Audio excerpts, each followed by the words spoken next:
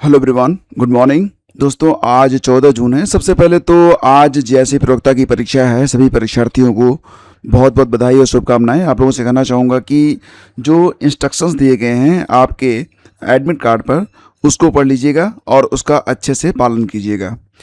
दोस्तों, UP DElEd 2026 के लिए रजिस्ट्रेशन जो है ये स्टार्ट हो रहे हैं 15 तारीख से, यानी कि कल से। और वेबसाइट जैसा कि आप देख पा रहे हैं बिल्कुल रेडी है।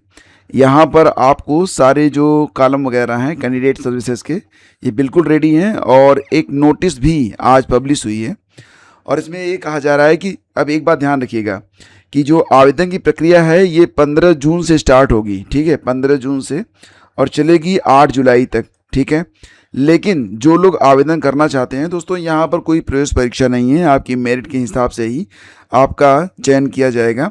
और क्योंकि आवेदक बहुत कम हैं, सो जितने लोग आवेदन करते हैं लगभग सभी का जो एडमिशन है वो तय रहता है, क्योंकि सीटें ज़्यादा हैं, आवेदक ही कम पड़ जा रहे हैं वर्तमान समय में। और वो भी किस वजह से, आपको सब कुछ पता है कि विगत कई वर्षों से कोई भी नई वैकेंसी नहीं आने की वजह से ये स्थिति देखने को मिल रही है। फिलहाल अगर आप आवेदन कर रहे हैं तो बहुत ही सावधानी से करें। अगर आवेदन किसी साइबर कैफ़े से करवा रहे हैं तो वहाँ पर बैठकर एक एक एंट्री को मिलाकर ही सबमिट करवाइएगा। अदरवाइज़ क्या होगा कि संशोधन का कोई अवसर नहीं मिलेगा और फिर अगर फॉर्म ही गलत हो गया तो एक बड़ी समस्या आपके लिए हो जाएगी। तो अच्छे से मिलान कर लीजिएगा अपने मूल अभिलेखों से। और रिजर्वेशन का लाभ केवल यूपी के जो एस्पिरेंट हैं उन्हीं को मिलेगा। बाकी जो अदर स्टेट के एस्पिरेंट हैं उनको अनरिजर्व्ड कैटेगरी में रखा जाएगा। और बस यही इतनी सी जानकारी है। और अभी जो वेबसाइट है ये ओपन नहीं है।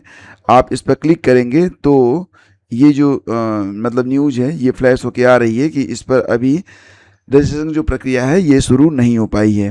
तो हालांकि आप देख सकते हैं यहाँ पर कुछ कॉलम यहाँ पर बनाए गए हैं।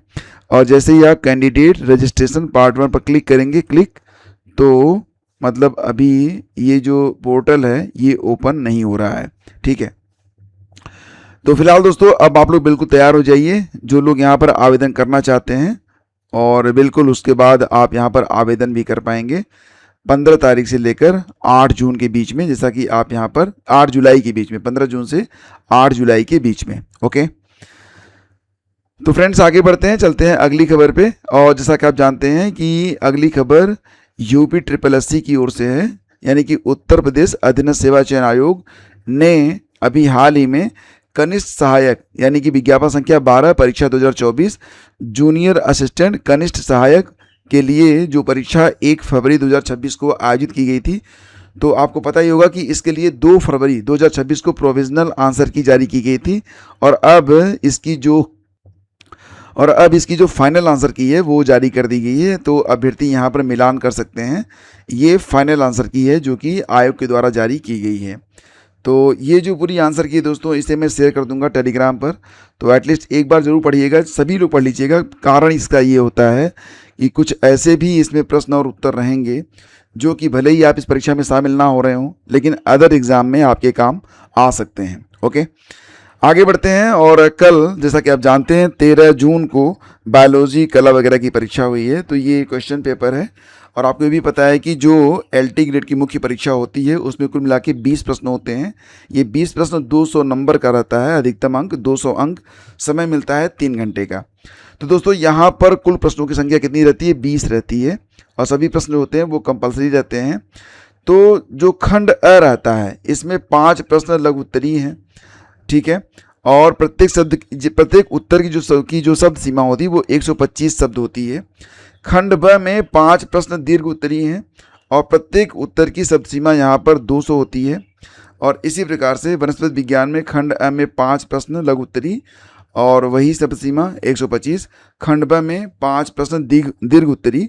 तो इस प्रकार से यहाँ पर जो मैक्सिमम मार्क है वो 200 यहाँ पर तय किया गया है। तो ये जो पेपर है अगर आप देखना चाहते हैं तो मैं टेलीग्राम पर शेयर कर दूंगा, क्योंकि पेपर मिलता है घर ले जाने के लिए। और अगली खबर दोस्तों आज के अखबारों से है, अर्धसैनिक बलों के जवान पहुंचाएंगे नीट का पेपर। तो जैसा कि आप जानते हैं कि 21 जून को नीट की परीक्षा का पेपर होना है। तो यहाँ पर राष्ट्रीय परीक्षा एजेंसी NTA 21 जून को पुनर्परीक्षा आयोजित करेगी। परीक्षा सामग्री अहमदाबाद और हैदराबाद से लगभग 551 हब शहरों तक बहुस्तरीय हब एंड स्पोक नेटवर्क के माध्यम से पहुंचाई जाएगी। सरकार ने सीआरपीएफ और सीआईएसएफ मुख्यालयों में नोडल अधिकारियों तथा राज्यों में सिंगल पॉइंट ऑफ कांटेक्ट नियुक्त करने के निर्देश दिए हैं ताकि डाक विभाग और एनटीए के साथ बेहतर समन्वय हो। प्रश्नपत्रों के परिवहन और वितरण के लिए केंद्रीय बलों की तैनाती 11 जून से 19 जून तक रहेगी, जबकि 21 जून को परीक्षा समाप्त होने के बाद ओएमआर सीटों और अन्य सामग्री की सुरक्षित वापसी की प्रक्रिया शुरू होगी। तो मतलब पूरी जो है चाक चौबंद व्यवस्था यहाँ पर की जा रही है। केंद्र सरकार ने सख्त सुरक्षा प्रोटोकॉल तैयार किया है और सरकार ने प्रश्नपत्रों और ओएमआर सीट की सुरक्षा के मद्देनज़र केंद्रीय सशस्त्र पुलिस बलों की तैनाती का फैसला किया है। तो पूरी जो व्यवस्था है चाक चौबंद रहेगी। और नीट पेपर लीक मामले को देखते हुए रेल मंत्री अश्विनी वैष्णव रेलवे की परीक्षाओं के आयोजन के लिए आउटसोर्सिंग एजेंसियों पर निर्भरता समाप्त करने जा रहे हैं। तो फिलहाल अब रेलवे का अपना खुद का परीक्षा तंत्र होगा। मालूम हो कि रेलवे दुनिया की सबसे बड़ी परीक्षा आयोजित कराती है। तो एक वरिष्ठ अधिकारी ने बताया कि रेलवे के भीतर ही एक स्वायत्त परीक्षा संचालन विंग स्थापित की जाएगी। इसके तहत railway closed loop digital infrastructure खड़ा करेगी, जिसके लिए रक्षा मानकों वाले लाखों हाईटेक टैबलेट्स खरीदने की फाइल को वित्तीय मंजूरी के लिए आगे बढ़ा दिया गया है। तो मतलब ये है ना कि अब इस प्रकार की व्यवस्था की जा रही है कि कोई भी पेपर किसी सर्वर पर अपलोड नहीं होगा और रेलवे अपनी परीक्षा खुद करवाएगी।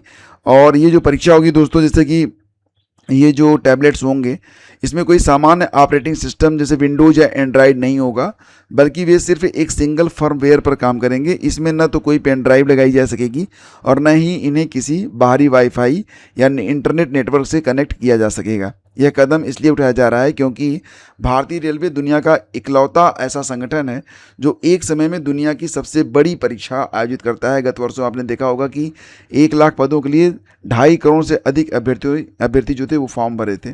तो इसलिए ये जो व्यवस्था है वो विकसित की जा रही है। निजी अस्पतालों में हर दूसरी महिला का ऑपरेशन से हो रहा प्रसव, देश टॉप 10 सिजेरियन डिलीवरी वाले राज्यों में। तो ये याद रखिएगा, ये जीएस का भी प्रश्न बन सकता है। भारत टॉप 5 सिजेरियन डिलीवरी वाले राज्य में शामिल है और यूपी में सिजेरियन यानी कि ऑपरेशन से प्रसव होने की संख्या में काफ़ी इजाफा हुआ है। और अगर देखा जाए तो सरकारी की तुलना में निजी अस्पतालों में यह ग्राफ बहुत तेज़ी से बढ़ रहा है।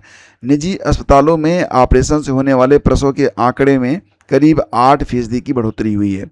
स्थिति यह है कि हर दूसरी गर्भवती महिला का प्रसव ऑपरेशन से हो रहा है।